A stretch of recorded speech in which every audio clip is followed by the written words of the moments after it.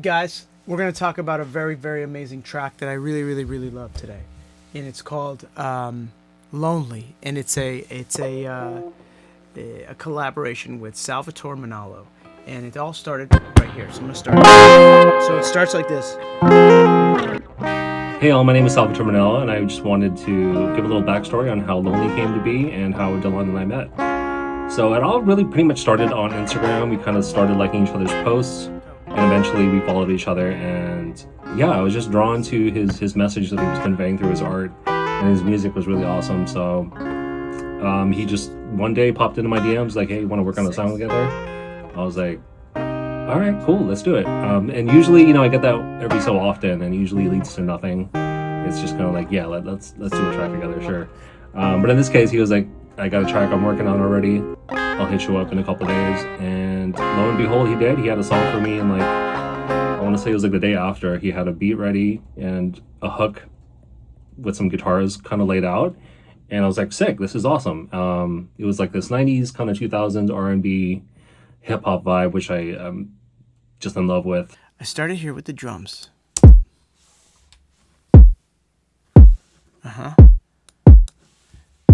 Now that might not sound R&B to you just yet, but if I loop it,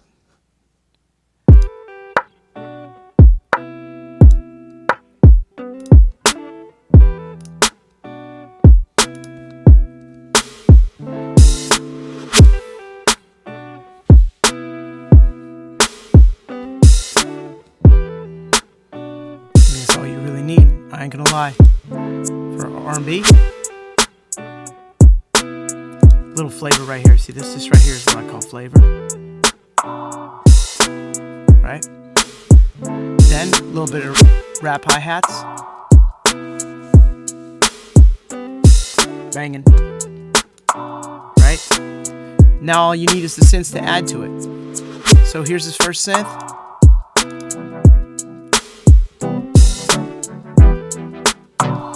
Now, if you guys want to know anything about making a beat, right here it's called automation. If I take this off, it's all open. But that doesn't give you feels. So what I did instead was, oh God, you getting my audio capture? Are you getting? Check.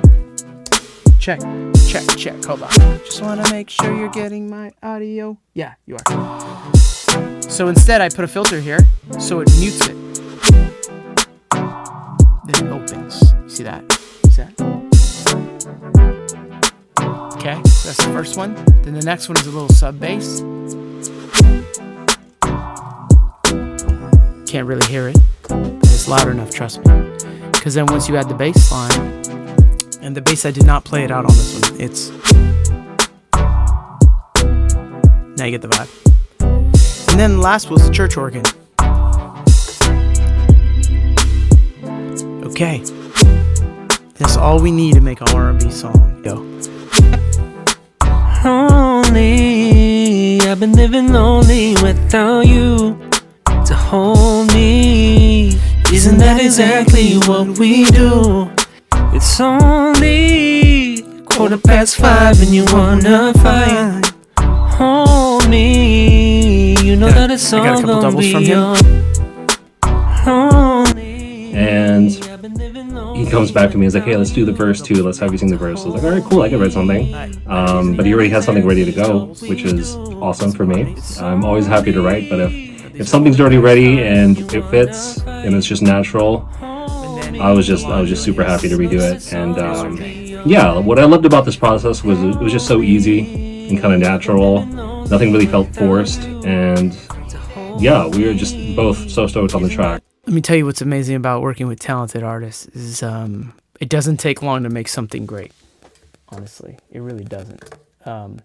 So with Sal, the simplest thing in the world is just getting him the music, getting him to sing it and do it in his style. Because when I sang it like, lonely, I've been living lonely without you to hold me. Isn't that exactly what we do? It's only 5:15 and you wanna fight. hold me. I made them all the same run. And then when he took it, he was like, he changed it. And I love that. That's what you want an artist to do when you're working with them. You want them to make it theirs. So then we went through this, and a lot of back and forth. I didn't even write my verses until I kind of felt like we had some sort of vibration going. So then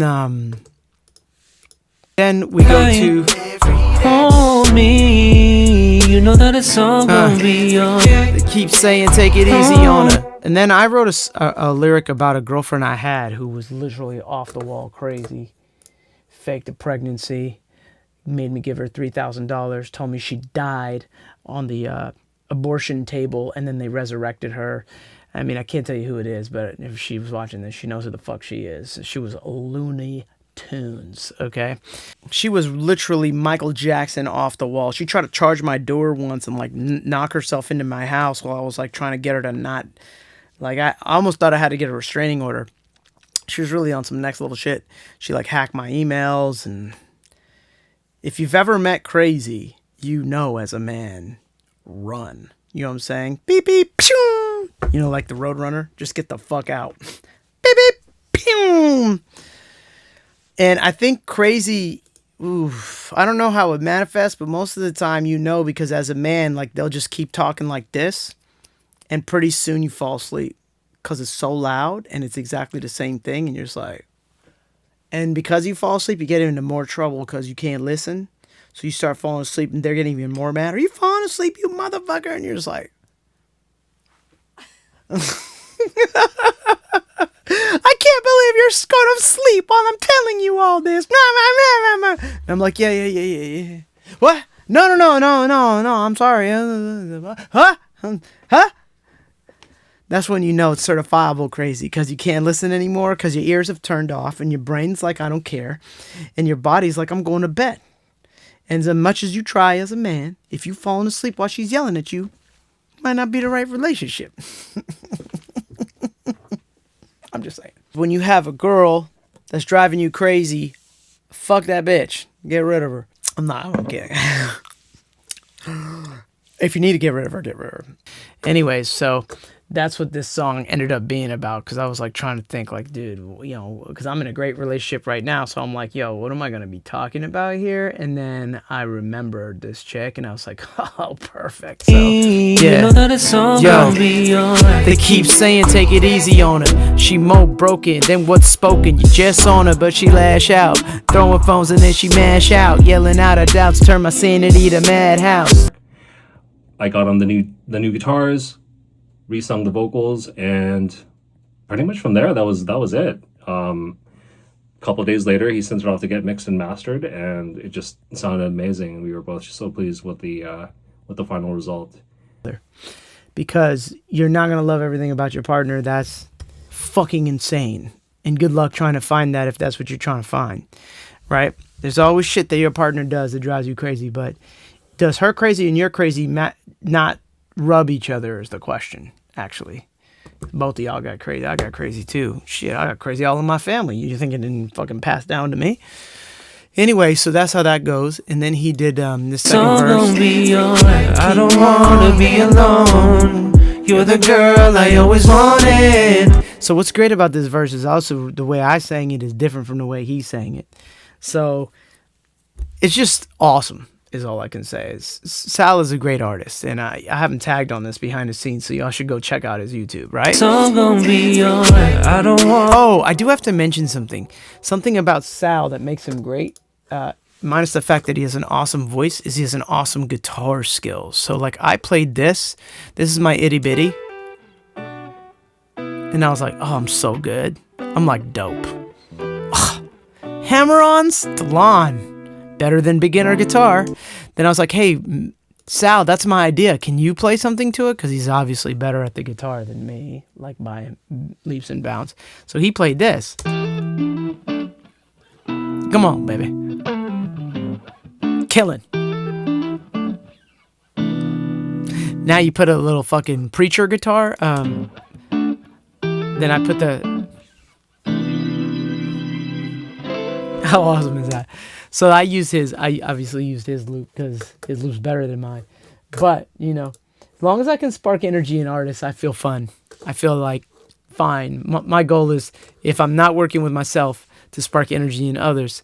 And we did that together. So anyway, that was his loop. And you can see, I'll show you on the track, that we looped that shit all the way through.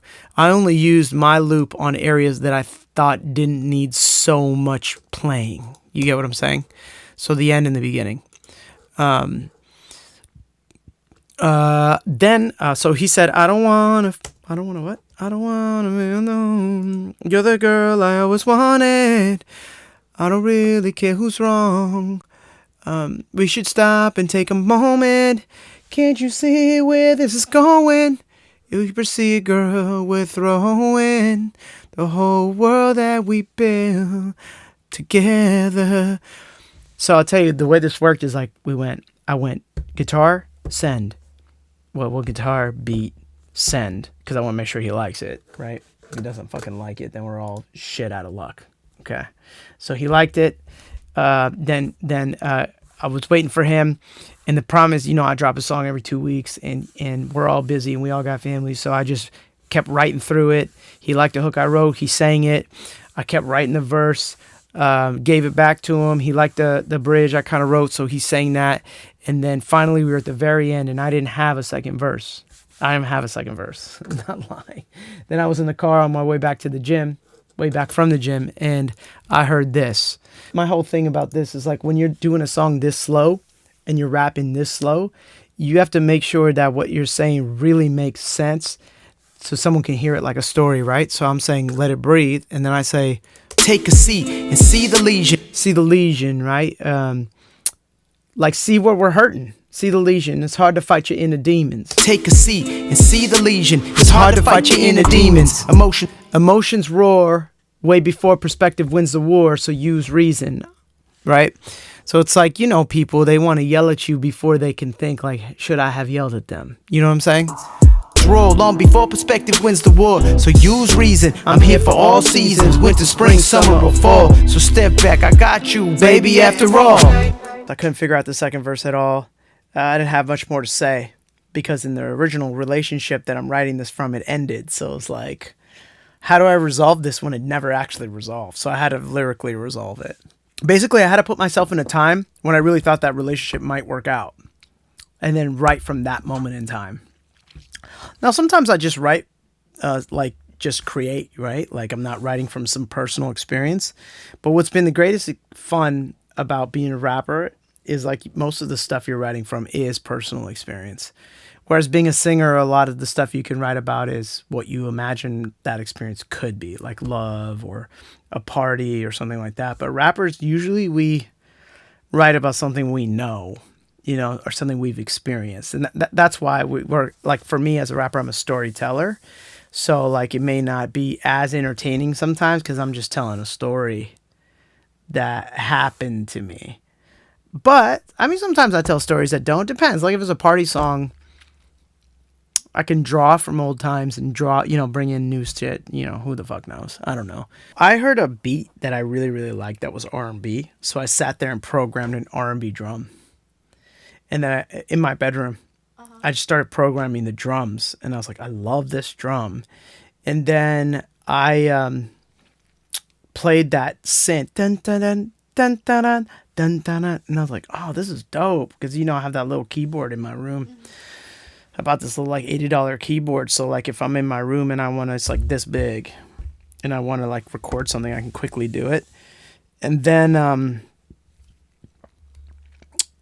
I don't know. I was possessed by Sal because I was watching his YouTube. And I was like, man, this guy's guitar playing is sick. So, obviously, like, I wanted to make something that sounded like something he would do, actually.